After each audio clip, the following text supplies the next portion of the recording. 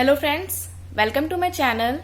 तो इस वीडियो में हम वाइगोत्स्की की सोशो कल्चर थ्योरी पर डिस्कस करेंगे और साथ ही साथ इस थ्योरी में जो भी इम्पोर्टेंट कॉन्सेप्ट है, पॉइंट्स है, उनके बारे में जानेंगे जो कि सी टेट, यूपी टेट और अदर स्टेट टेट में भी पूछे जाते हैं। तो let's start. Vygotsky socio culture theory, Vygotsky का सामाजिक और सांस्कृतिक विकास। तो सबसे पहले हम ये जानेंगे कि वाइगोत्स्की कौन थे। वाइगोत्स्की एक रशियन साइकोलॉजिस्ट थे जिनका जन्म 1896 में हुआ था। इनकी मौत बहुत जल्दी हो गई थी क्योंकि इन्हें कोई बीमारी थी।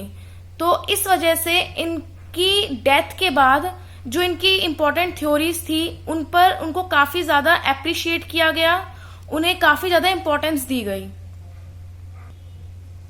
वाइगोत्स्की की थ्योरीज में जो सोशल इंटरेक्शन है वो एक अहम भूमिका निभाता है बच्चे की कॉग्निशन की डेवलपमेंट में। उनके अकॉर्डिंग बच्चे का जो कॉग्निशन का डेवलपमेंट है वो सोशली इंटरेक्ट करके होता है। जब बच्चा अपनी फैमिली से, अपने समाज से, अपने कल्चर से इंटरेक्ट करता है तो वो नई नई चीजों को जानता है, समझता है और चीजों को इंटरनलाइज करता है।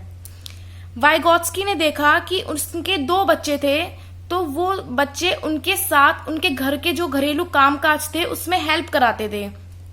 तो वाइगोत्स्की के अकॉर्डिंग कि बच्चा जो है वो कोऑपरेशन से इंडिपेंडेंटली चीजों को कर सकता है और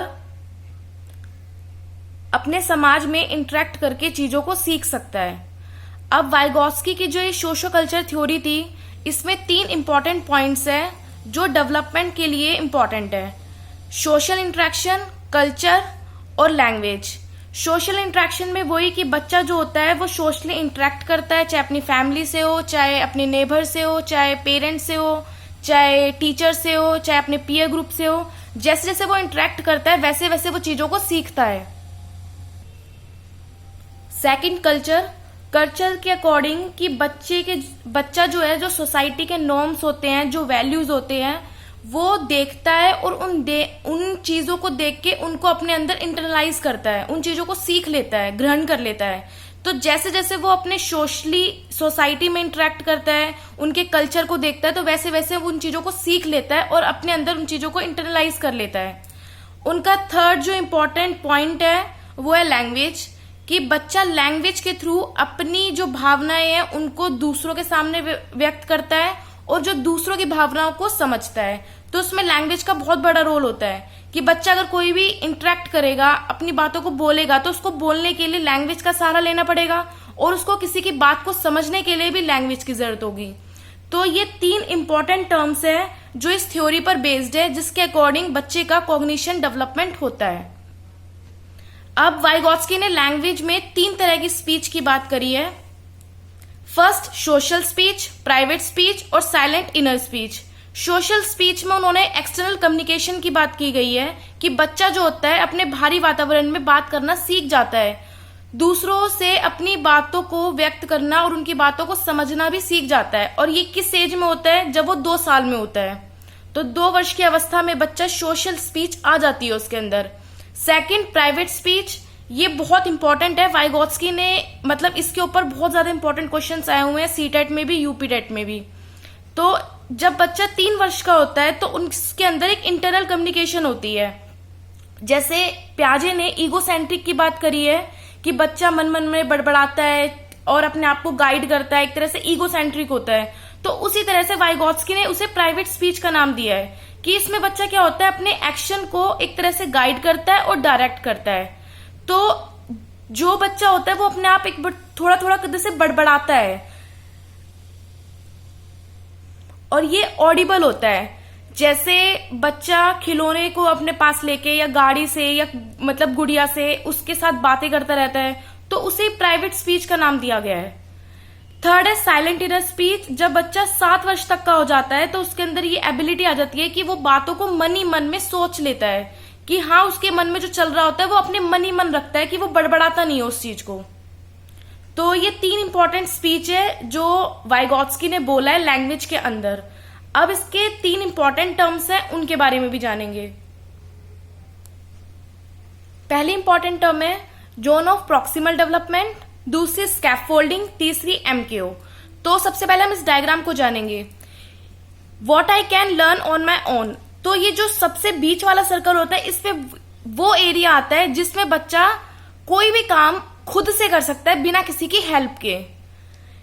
अब जो ये सेकंड वाला एरिया है, ये वो एरिया होता है जिसमें बच्चे को कोई भी काम करने के लिए किसी की हेल्प चाहिए होती है या स्कैफोल्डिंग की जरूरत होती है। तो ZPD क्या होता है? जोन ऑफ प्रॉक्सिमल डेवलपमेंट, मतलब संभावित विकास का क्षेत्र। इसमें बच्चे, एक ऐसा दायरा होता है ये जिसमें बच्चे को कुछ सीखने के लिए एक हेल्प की जरूरत होती है, और जो वो हेल्प होती है उस हेल्प को स्कैफोल्डिंग बोलते हैं। लेकिन ये जो हेल्प होती है ये टेम्परेरी होती है, परमानेंट नहीं होती है। अब इस हेल्प को जो पर्सन देता है उस पर्सन को MKO बोलते हैं। एक एग्जांपल के थ्रू समझते हैं।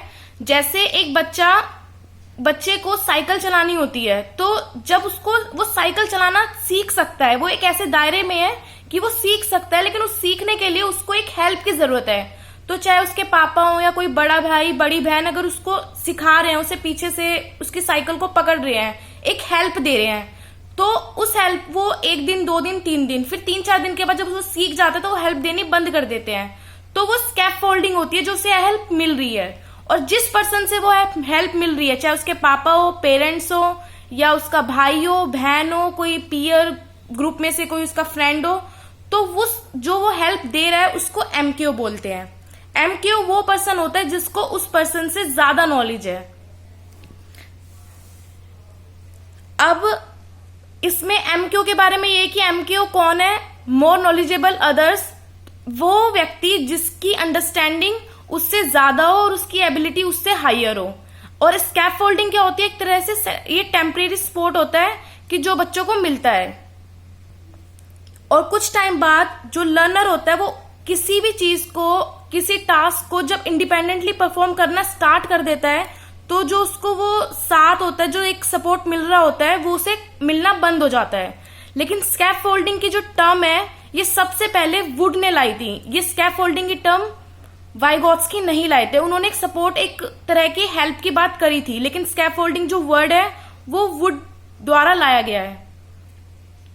तो ये इसकी 3 इंपॉर्टेंट टर्म थी, ZPD, MKO और स्कैफोल्डिंग।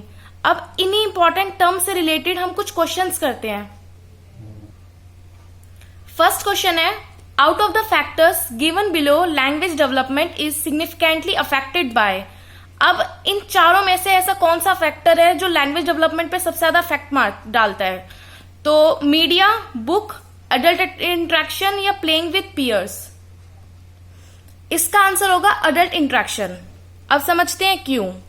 इसमें प्लेइंग विथ पीयर्स भी आ सकता था कि बच्चा जो है वो अपने पीयर से भी इंटरेक्ट करता है, लेकिन सबसे पहले जब बच्चा 2 साल का 3 साल का होता है, उसकी एक लैंग्वेज डेवलपमेंट स्टार्ट होती है, तो उसमें सब जो उसका एक अहम भूमिका रहती है एक लैंग्वेज डेवलपमेंट में, वो उसके मम्मी पापा, पेरेंट्स या आसपास जो उसकी रिश्तेदार हैं, जो उसकी फैमिली मेंबर्स हैं, दादा दादी, इन सब की रहती है। तो लैंग्वेज डेवलपमेंट पे सबसे ज्यादा इफेक्ट अडल्ट इंटरेक्शन का होता है। Second question, the concept of private speech of children as proposed by Vygotsky first shows that children love themselves, illustrate that children use speech to guide their own action, shows that children are stupid and thus needs guidance of adults, fourth illustrate that children are egocentric। अब egocentric की बात तो प्याजे ने करी थी, तो ये वाला आंसर तो होगा ही नहीं। तो हमें एक तरह से प्राइवेट स्पीच का जो कॉन्सेप्ट दिया है वाइगोत्स्की ने, उसके अकॉर्डिंग कि बच्चा जो होता है वो अपनी स्पीच को, इस वाली स्पीच को, जो प्राइवेट स्पीच है, उसको क्यों यूज करता है कि वो अपने एक्शन को एक तरह से गाइड करता है, जो हमने प्राइवेट स्पीच में पढ़ा था। Third, which one of the following is a good example of scaffolding. अब इसमें स्कैफोल्डिंग की जो टर्म है उसके बारे में बताना है। Learning of a problem solving task till the student is able to do it by herself. First, providing a half solved example, telling her she cannot go home till she solved the problem, offering a reward for solving the problem quickly, telling her that she can do it by trying again and again। अब इसमें scaffolding का कौन सा एक good example है कि कोई भी प्रॉब्लम को सॉल्व करने के लिए उसकी जो स्कैफोल्डिंग दी जाती है, तो एक हाफ सोल्ड एग्जाम्पल प्रोवाइड करना, तो वो भी स्कैफोल्डिंग का एक तरह से हिस्सा नहीं है। Telling her she can not go home, she can not go home till she solve the problem. एक तरह से पनिशमेंट होगी कि तुम घर ही नहीं जा सकते जब तक तुम प्रॉब्लम को सोल्व ही नहीं कर लोगे। तो पनिशमेंट की बात कहीं की नहीं गई है। ऑफरिंग अ रिवॉर्ड, वाइगोत्स्की ने कहीं पे भी रिवॉर्ड की बात नहीं की गई है। तो अगर इन चारों में से कोई अप्रोप्रिएट आंसर है तो वो telling her that she can do it bye trying again and again. तो समझते हैं कि स्कैफोल्डिंग में क्या था कि बच्चों को एक तरह से हिंट देना या उनको इस योग्य बनाना कि जो वो काम कर रहे हैं उसे कर सके आगे। तो बच्चे को एक तरह से मोटिवेट करना या फिर उसको बोलना कि ये चीज तुम कर सकते हो और एक डायरेक्ट करना उसे। तो इसका फोर्थ आंसर आएगा। Question 4, according to Vygotsky childrens learn, बच्चे कैसे याद करते हैं? Maturation, by imitation, by interaction with adult and peers, when reinforcement is offered.